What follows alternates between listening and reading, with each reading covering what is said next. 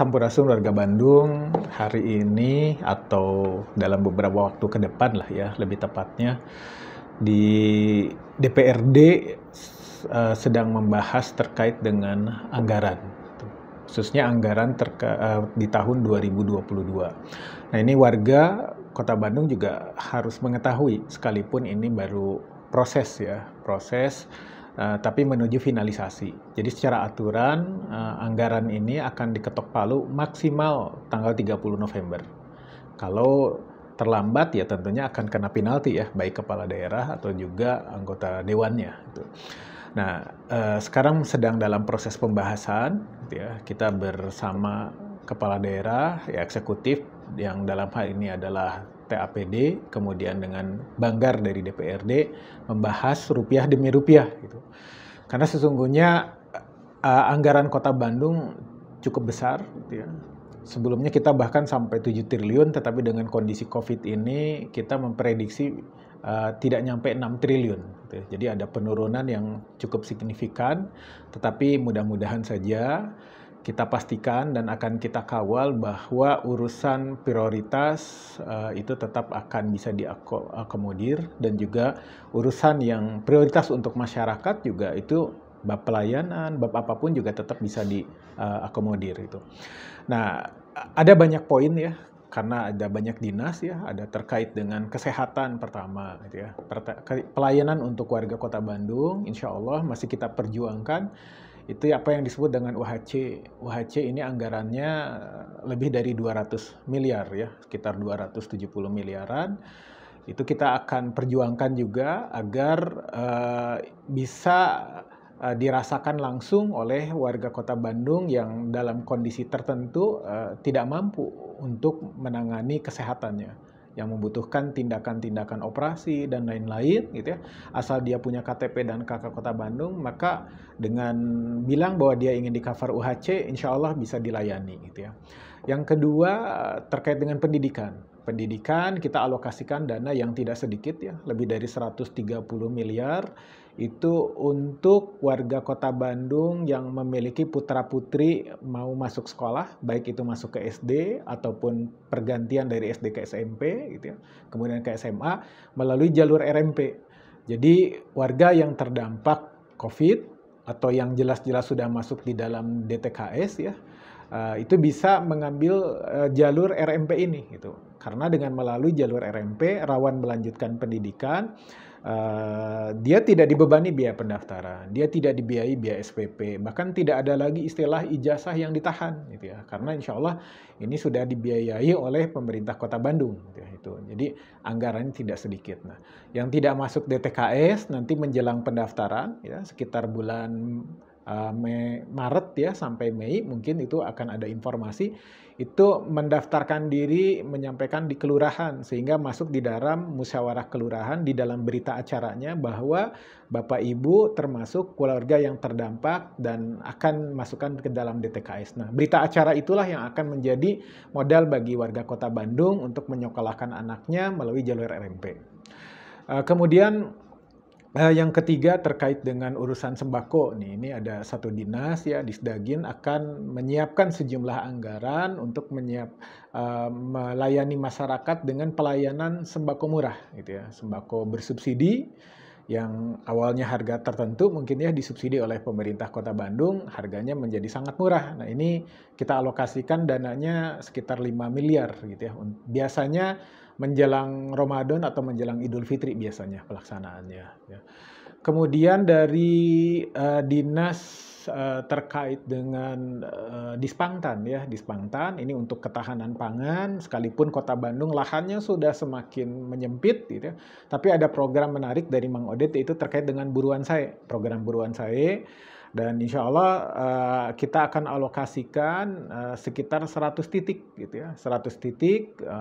Mudah-mudahan itu juga bisa menjadi motivasi ya bagi warga Kota Bandung bagaimana dengan lahan sedikit tapi bisa kita optimalkan dan menghasilkan. Di situ dengan tumbuhan yang mungkin tanaman-tanaman yang bisa diproduksi dan juga dijual kembali, mungkin ada tanaman hias mungkin gitu ya, atau bisa juga dikolaborasi dengan ternak lele mungkin ya, budi klamber atau apapun lah gitu ya, dari lahan yang sempit tapi bisa kita upayakan. Nah, ini program buruan saya ini kita alokasikan dana kurang lebih 2 miliar. Mudah-mudahan bisa kita kawal gitu ya. Kemudian di bidang infrastruktur ini kita ingin memastikan bahwa taman-taman yang ada itu diperbaiki gitu ya, sehingga COVID segera berlalu, masyarakat bisa menikmati kembali gitu ya taman-taman yang ada di Kota Bandung dalam kondisi yang baik. Kemudian fasilitas untuk difabel ya, disabilitas juga kita akan perbaiki gitu ya, mana yang memang sudah tidak layak gitu ya. Terkait infrastruktur yang berat, kalau flyover kita masih bekerja sama dengan pemerintah provinsi dan pusat gitu ya. Sudah ada beberapa flyover gitu ya. Mudah-mudahan ini juga sebagai bagian dari upaya untuk meminimalisir kemacetan. Terkait dengan banjir, kita juga sedang menyiapkan beberapa kolam retensi gitu ya. Jadi ada beberapa titik banjir seperti di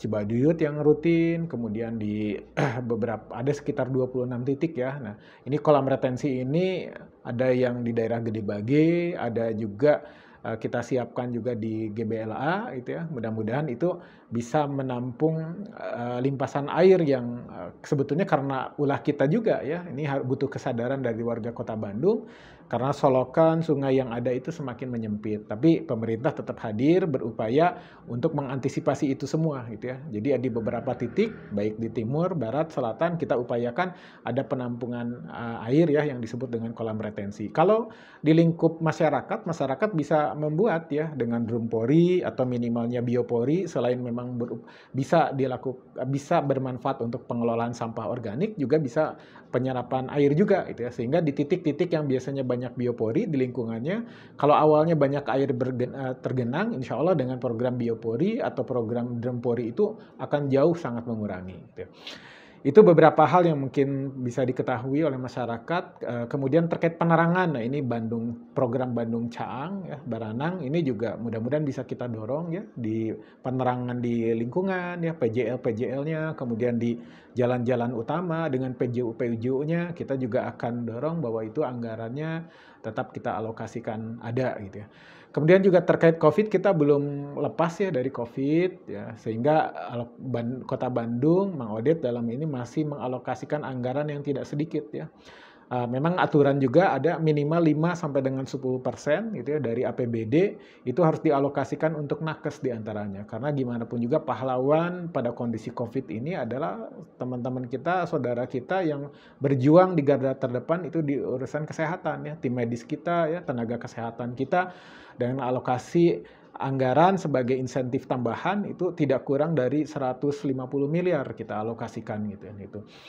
Nah itu kemudian yang tidak kalah penting adalah program prioritas Kota Bandung terkait dengan pemulihan ekonomi. Nah pemulihan ekonomi juga kita siapkan ya program, apakah itu pasar kreatif nanti gitu ya, kemudian juga untuk pelatihan-pelatihan ya masyarakat dari mulai level startup sampai grow up juga mudah-mudahan kita siapkan program-program pelatihan yang tepat ya untuk Kota Bandung, dan ini anggarannya juga tidak kecil kan itu.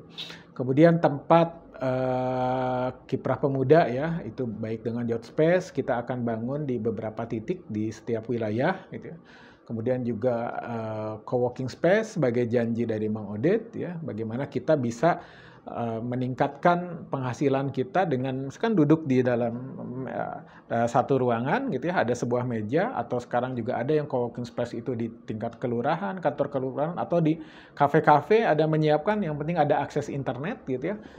Mereka semua punya HP gitu ya, dengan akses internet itu bisa ya melakukan bisnis secara digital gitu ya. Karena sekarang dengan kondisi COVID ini kita tidak bisa lagi melakukan transaksi-transaksi atau proses marketing dengan cara konvensional saja. Nah, mudah-mudahan dengan beberapa terobosan ini warga Kota Bandung didorong untuk semakin inovatif gitu ya, dan pemerintah hadir. Anggaran yang besarnya tadi sampai hampir 6 triliun itu selain dengan urusan-urusan yang memang rutin, tapi juga banyak yang kembali ke masyarakat. Mudah-mudahan COVID segera berlalu dan kita tetap semangat, Kota Bandung bisa melalui COVID ini dan tumbuh kembali ekonomi Kota Bandung, semuanya sehat dan kita bisa kembali produktif dan berjaya. PKS terbaik.